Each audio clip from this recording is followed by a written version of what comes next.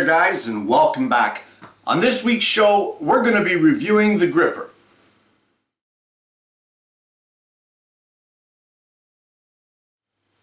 Well, way back there at the end of March, I actually went out and I purchased two of the Grrr push pad systems. And I think it was April 10th, I posted the video showing the assembly of, and I promised a review a couple months later. Well, it's been several months now, and I've had a good chance to put them through their paces.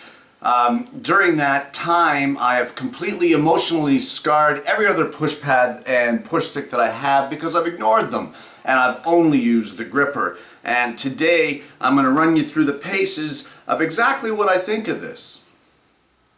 Well, on my show, I don't have any commercials, and I don't have any manufacturer or brand loyalty. I call it as I see it. And don't think that this is going to be an all sugar, candy, and roses kind of a thing. There are pros and cons to this unit, and I'm hoping that I'm going to point out some of them that I've noticed. And one of the first things that I'm going to point out to you is, of course, a con. And somebody made a comment, I believe it was one of my viewers made a comment, that the Grrr will turn to the slipper very quickly. And I'm going to tell you that's true. And what happens is that these rubber feet end up getting a little gummed up or messy with some sawdust from your stock, and just like that, I mean, they slip out. And that is a major con in my opinion, only because there's no warning. It just happens.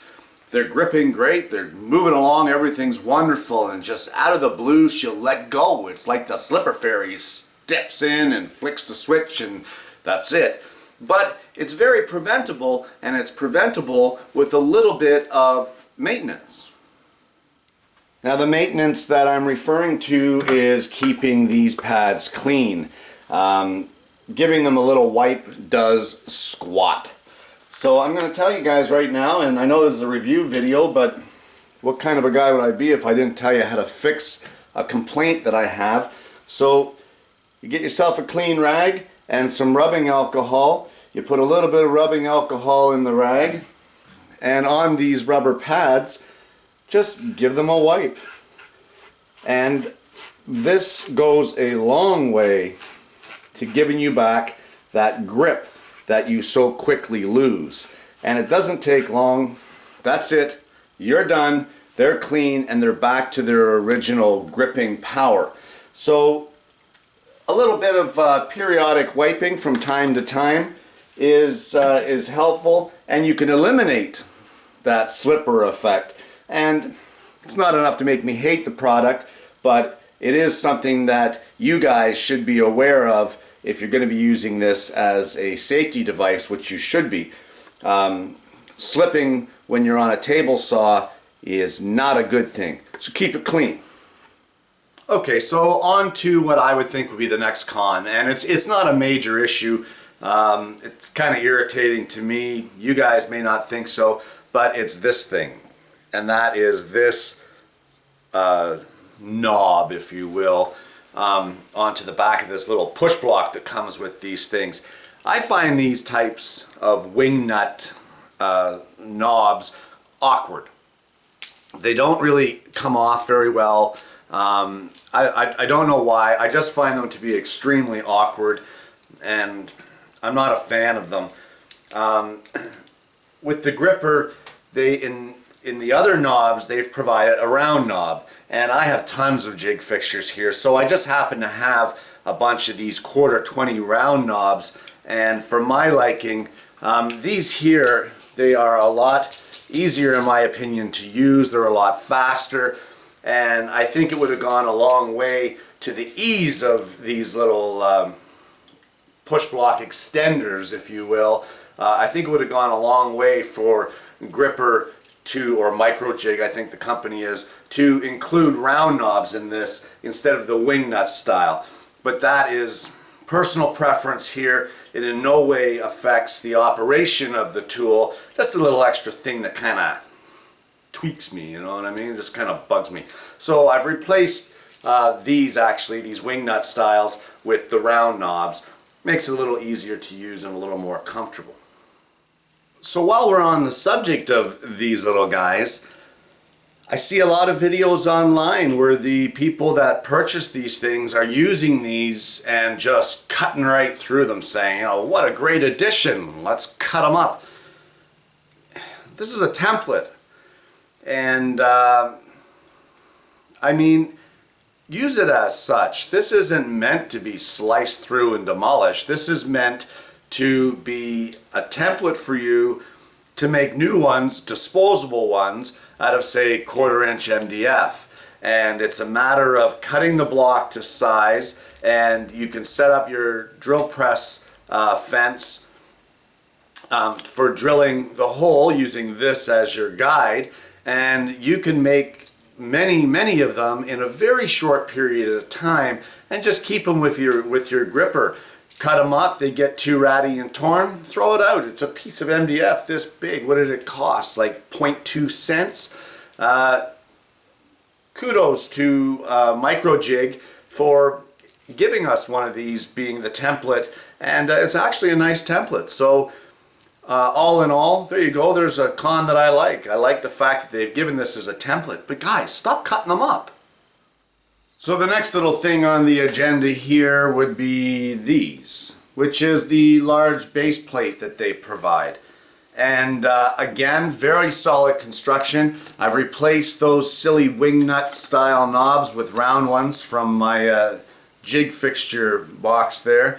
And I gotta tell you the truth, and the truth on this is that these have never seen the light of day. They saw the light of day when the first assembly was done, and they're seeing the light of day now.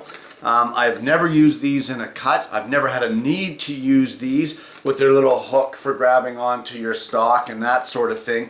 And who knows? I mean, that doesn't mean I won't use them, but at this point in time, for the type of work that I have been doing, these particular plates have not been useful to me. That's not a bad thing. That doesn't mean that they're useless. It just means at this point in time they have not come into play in my shop. So I can't really make a negative comment about these other than didn't like these silly little wing nut knobs and I replaced them. But I mean, they are what they are, and eventually I'm positive that they're going to find some good use in my shop. Well, let's talk about this little unit, and what this little unit here is the Microjig. It says the MJ Microjig Deflector / connector.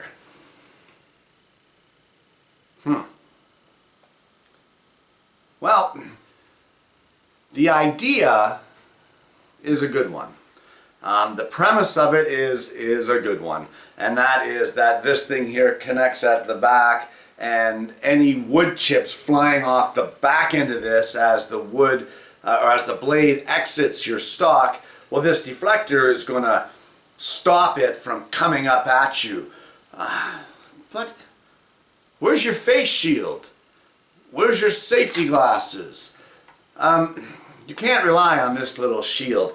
And I mean, it's a great idea, and every little bit of safety is going to help. So yeah, if you want to put it on your gripper for the exiting of the stock and all that jazz, great. It's a great concept, but if your safety gear is already in place, I don't see it has much of a use for that. On a router table, fantastic. That I gotta tell you, it works great when using it on the router table as that protective shield with the blade underneath it. That I did like. I thought that was brilliant.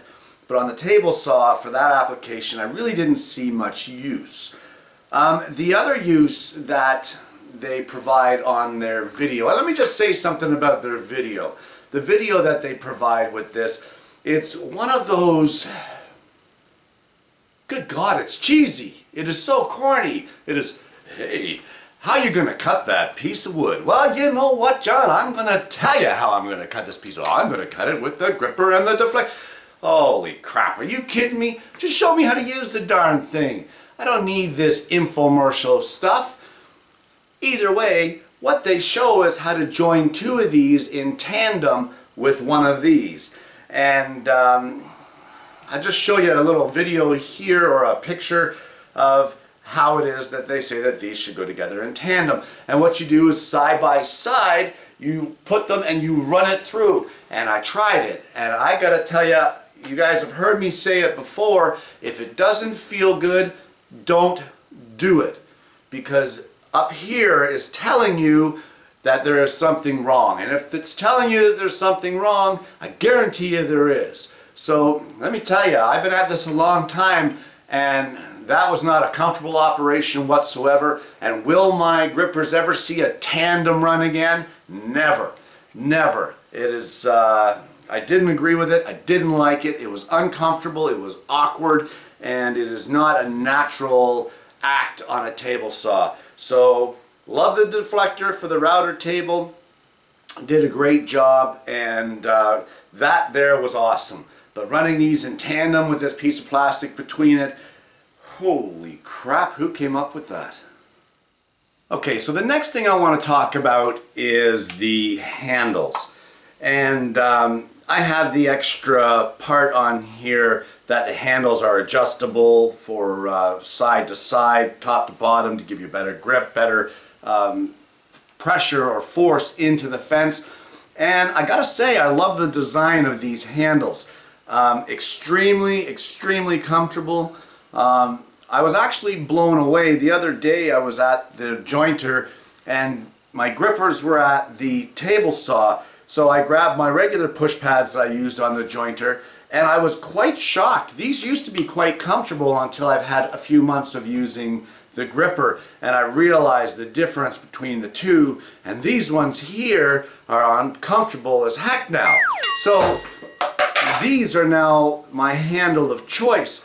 But with that being said, these holes that allow for the adjustment, or if you don't have that extra attachment that allow for the handle to be attached to the gripper, they do have not a sharp, but it is an abrupt edge there. And when I was working on the bench doing all of that jointer planing, I have to tell you that it was really starting to damage. That's a bad word, not damage, but I was getting sore in the palm of my hand from pushing on that indentation here. So giving a little push, and you can see there the little mark that it leaves right there. So give it a little push, and there it is again. So if you are doing extensive work, and of course you're pushing down and against the fence and along, I'm going to tell you that they can get uncomfortable. But you know what? It doesn't matter what handle you're using. Eventually it's going to irritate you and get sore. But this big hole here can be a problem. And I'm still thinking in my head of how to fix that, whether it be a wooden plug, a removable wooden plug to go in there, just to smooth it out or whatever. But you can look forward down the road on the show to, I think I'm going to be making some custom wooden handles for these and swapping these ones out. But either way, as far as from my normal push pads to these, far superior handle on the gripper, way more comfortable, and that minor little thing of, oh, my hands got sore when I used it too much. We'll take a break, you dummy. Alright, let's talk about something that the gripper absolutely excels at, and that would be ripping strips. Strips of any thickness, any length. I mean, I can't say enough great things about this when it comes to ripping strips. And when I was doing my crane build that some of you followed on the woodworking forums, you wouldn't have seen it here on the show unless it was in a background of a video. But when I was doing that build, these things were unbelievable. The accuracy, the setup, everything. I can't say enough about it. Depending on what side strip you have to go between the blade and the fence, it's a very quick adjustment of two quick round knobs, the ones that I like, and it's a quick adjustment to bring it up, snug it up to the blade. It's a smooth action, and then a quick little turn here, a quick little turn there. Sight it down to make sure that your blade's not going to cut into it, and away you go. Supports both the waist area and your finished cut piece from the beginning of the cut right through to exiting the blade on the outfeed table, and just fantastic. Really excels at it, and just a fantastic use for these as far as cutting thin strips.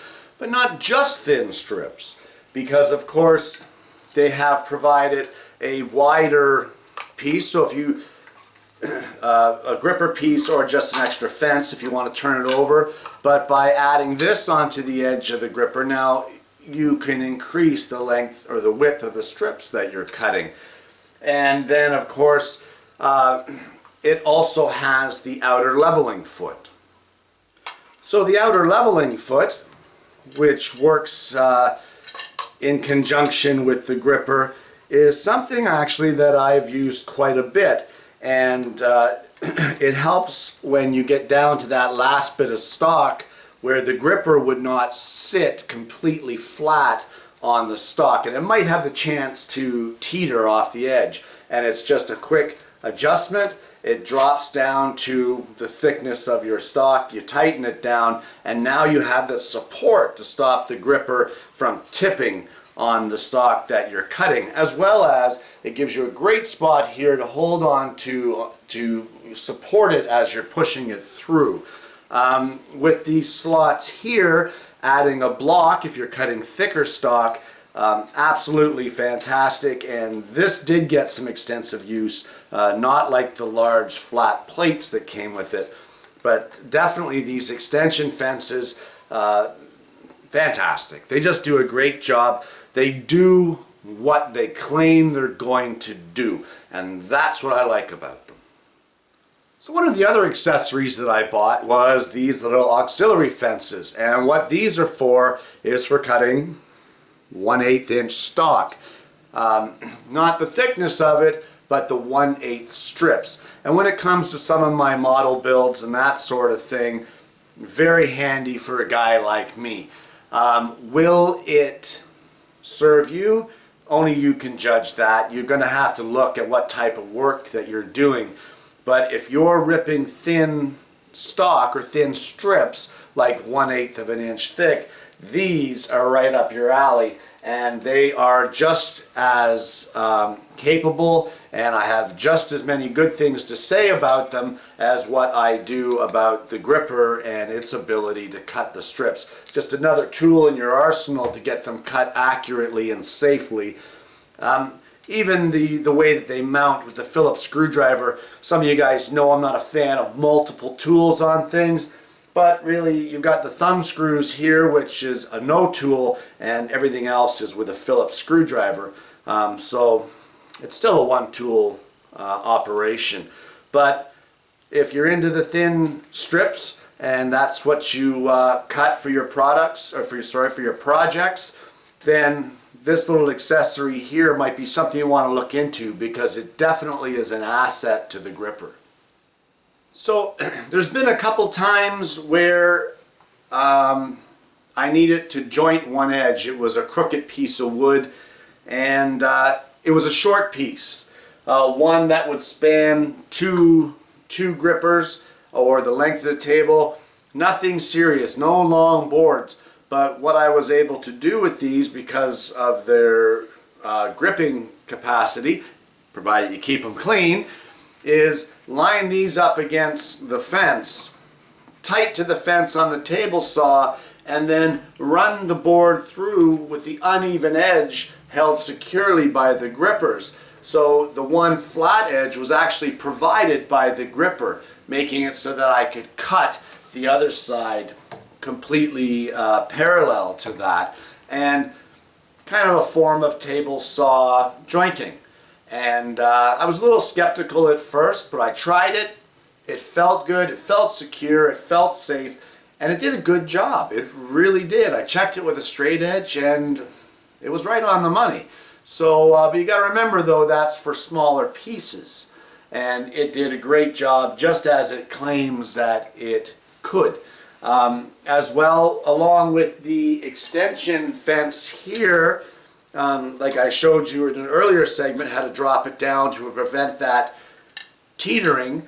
I've also done some resaw on the table saw for, 3-inch wide stuff. Tried it out where this dropped down to its maximum, and then I had to add another auxiliary board here to bring it up the rest of the way.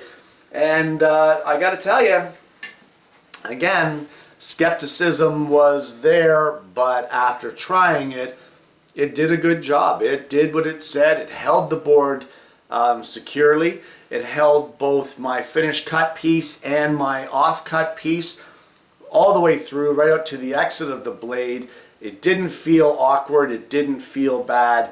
Did a great job, and once again, did what it said it was going to do. So kudos on the resaw.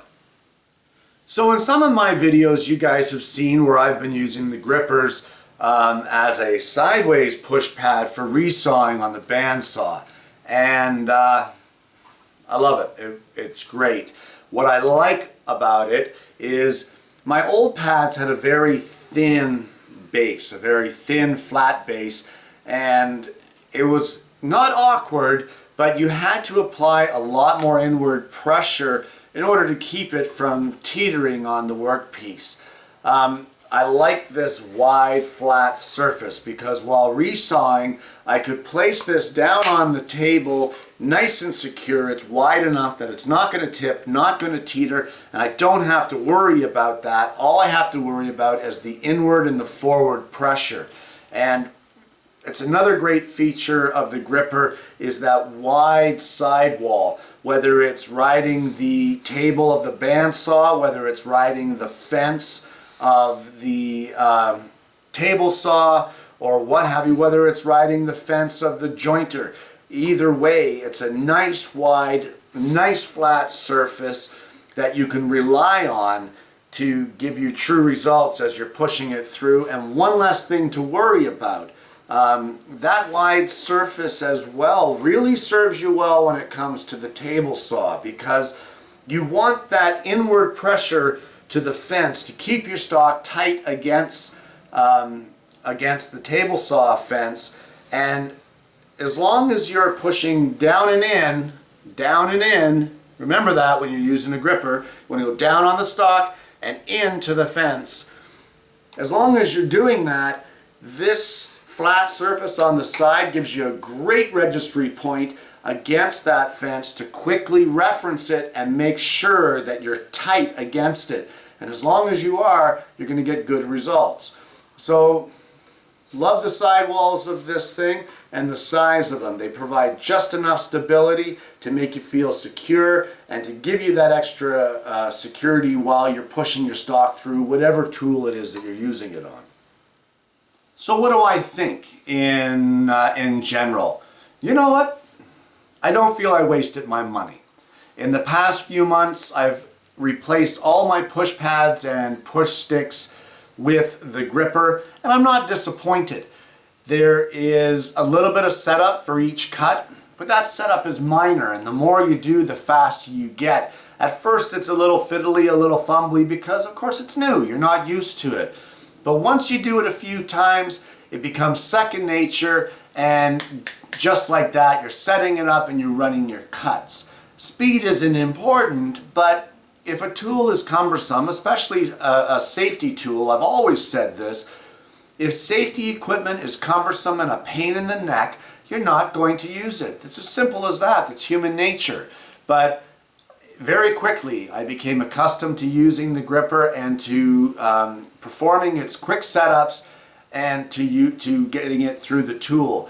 It provides great protection for your hands when using things like a table saw. It provides great stability for pushing stock through, whether it be at the bandsaw or the jointer.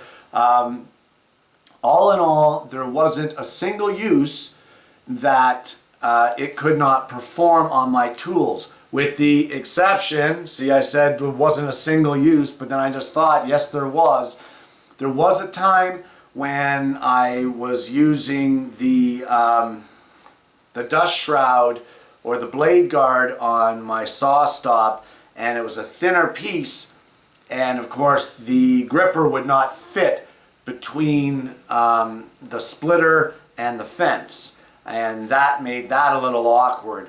But it ended up that I corrected it by removing the blade guard and installing a riving knife. And some may say, well, geez, you took your blade guard away. Yeah, but you have to remember that as the gripper does the cut or pushes the stock through, it actually straddles the blade, which in essence is a blade guard in itself. So kind of a push pad and blade guard combination.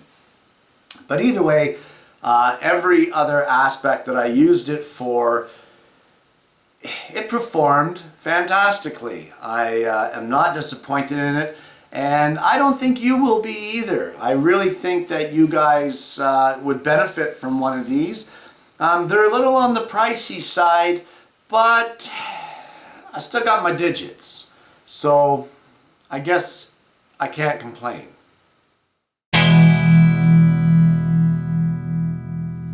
So as a little bonus to this review video, just quickly, I want to show you guys, because this irks me that guys are cutting through these things. I don't know why it bugs me. What do I care what you do with your tool? But I'm just going to show you how quick and easy it is to use this little guy here to make yourself some disposable ones for your gripper. So as I said earlier, these are a setup block. They're not meant to be cut through. They're a 1/4 inch thick, and we're going to make these at a 1/4 inch MDF. So the first thing you can do is set your blade height. So place it on your saw and raise it up so that your saw blade is just slightly above it. Next thing, slide your fence over. And by using this setup block, for what it's for, you can easily just put it in place there, and it's not rocket science. It's not an exact science, but set up your table saw fence so that it is the same width as this setup block. Next thing you want to do is cut some strips. So we have one of the gripper pads here, or the gripper push blocks. What we want to do is set it up so that the middle pad is just on the outside of the blade for it to support the offcut section. And you just saw how fast I did that, and it's set up to go. With this thicker 1/2 inch pad, we'll take the cut that we want, or the piece that we want, and these two pieces on the outside have now been set to cut or to carry the offcut. So you can just get down and sight it along through the blade to make sure it's going to clear, but now you can go ahead and cut some strips. So you just remember down and in, and then you can go ahead and cut them. So we're just going to cut 2 here for starters.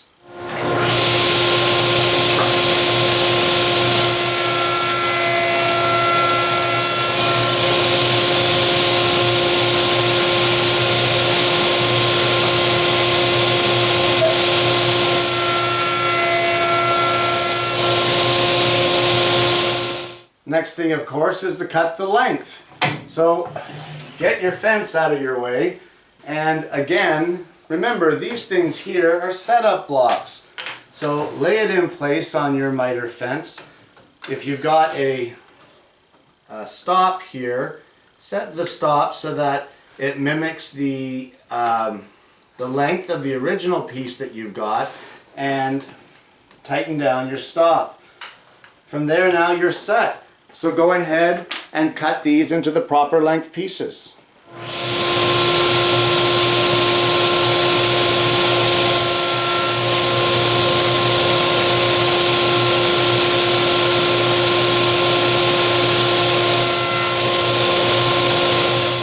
So the next thing we got to do now is at the drill press, we need to set up for the drilling.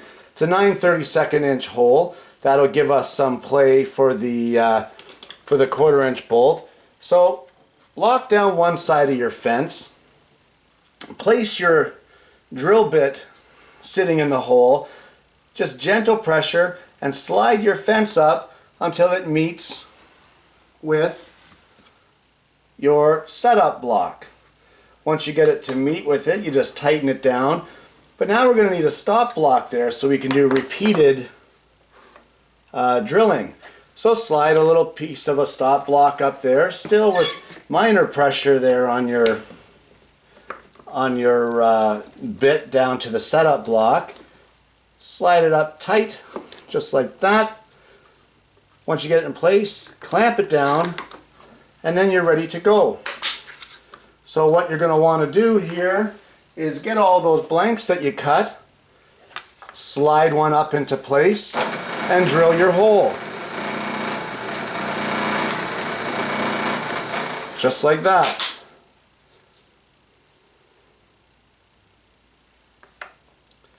So go ahead and repeat the process now for all the other ones that you cut.